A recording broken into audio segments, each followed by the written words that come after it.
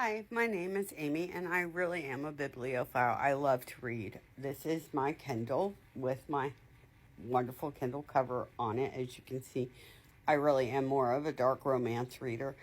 But I have over 1,000 books on here. I prefer Kindle over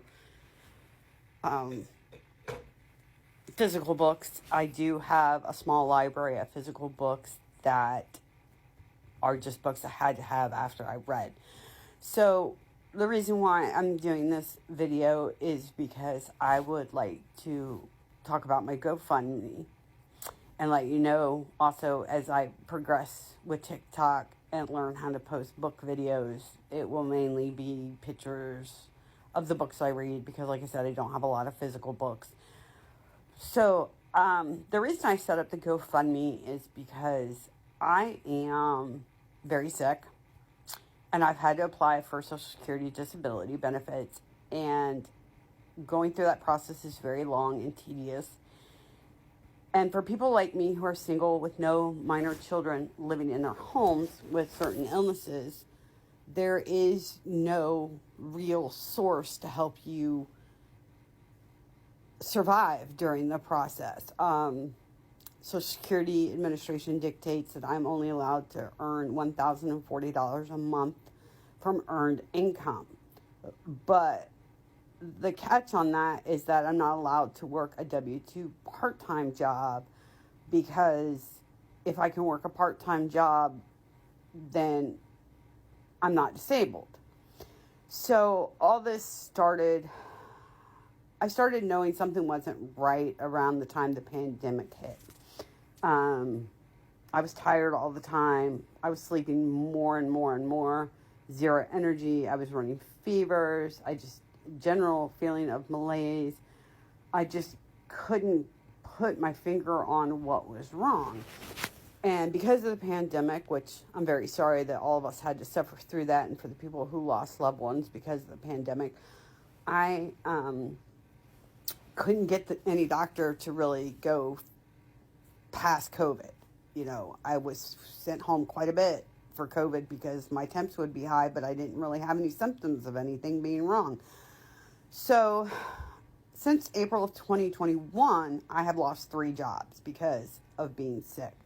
So it took until April of 2022 when I developed abdominal pain one weekend, and it was very severe for me to get the doctors to start saying, okay, something is not right here. So it still took until August of 2022, after a ton load of testing, to figure out that my esophagus was inflamed so bad that they thought I had what's called Barrett's esophagus, which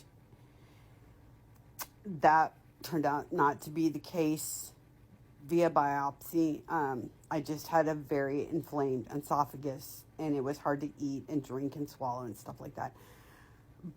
But at this time, too, I had come back with a positive ANA and a positive RNP, so off to a teaching hospital here in Virginia. And that was the first time I'd ever seen a rheumatologist in my life. And he just blew me and my test results and my symptoms off. So then I had to go for a second opinion. And that she is now currently my rheumatologist. Bless her. She did a bunch of blood work, and I had come back positive for what's called drug-induced lupus. And we went through all my medications, and the only medication it could have come from was my statin for my high cholesterol. So because of that led to more problems. Like, drug-induced lupus goes away on its own once you stop taking the medication. So my drug-induced lupus cleared up, but I was still having symptoms. So apparently I had a dormant autoimmune disease. We still don't know which one it is. It has been, right now, it's classified as undifferentiated connective tissue disease, which is an autoimmune disease in of itself. Saying that I have too many overlapping symptoms to know exactly which one I have, because there's not really one specific test to tell you what autoimmune disease you have.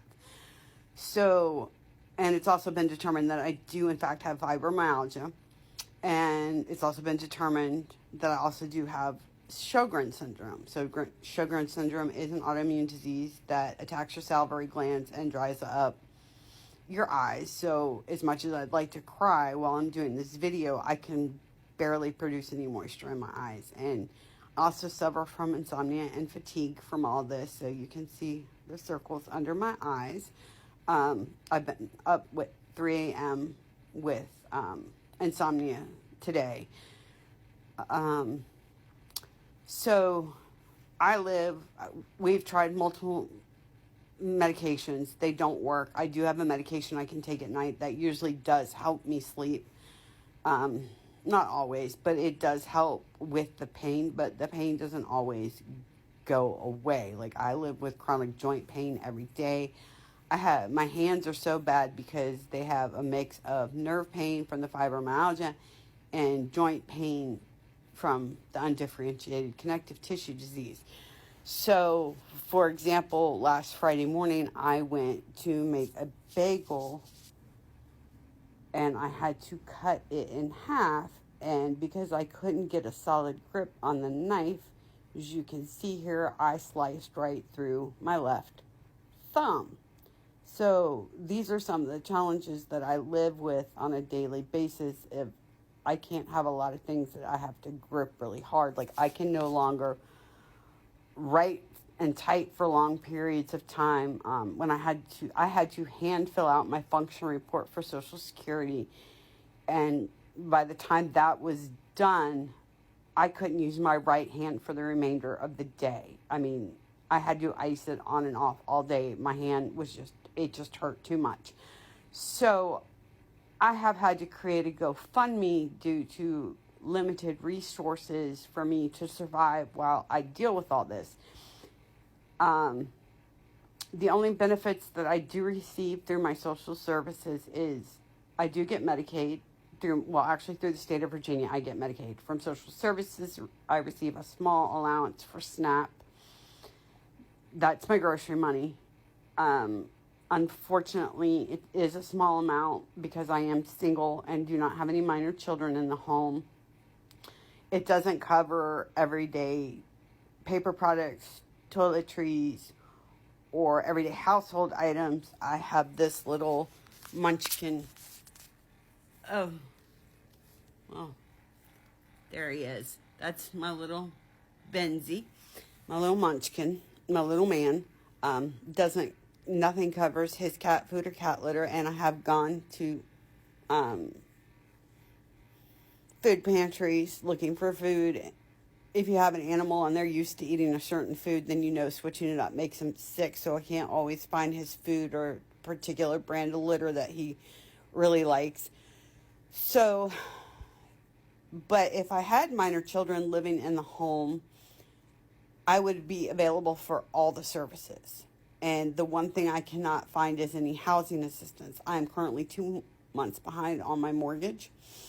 My bank account is in the negative due to my situation. And I will just tell you right now, with the GoFundMe on Facebook, it is nothing but digital marketers who scam people and make them false promises of getting their GoFundMe completely funded when they can't produce any results at all. I've had people just take my money and then block me on social media. So this is why I have had to resort to promoting myself and joining all the social medias to try and get my story out there, and stories for other people who are in my same situation. It's not fair that I didn't ask to become sick and I didn't ask to go through my savings paying medical bills. But this is the hand that I'm dealt, and I'm doing the best that I can. This also does affect my mental health as well, but I am getting help for that. But it's a struggle every day, and I have had to humble myself to reach out and ask for help. And it's a very hard thing to do, but when you need help, you need help. So I just like to take a minute to thank everybody that has donated so far. It means more to me than you will know. And, just sharing my link helps, and any amount at this time helps greatly. So thank you very much for taking the time to watch this video.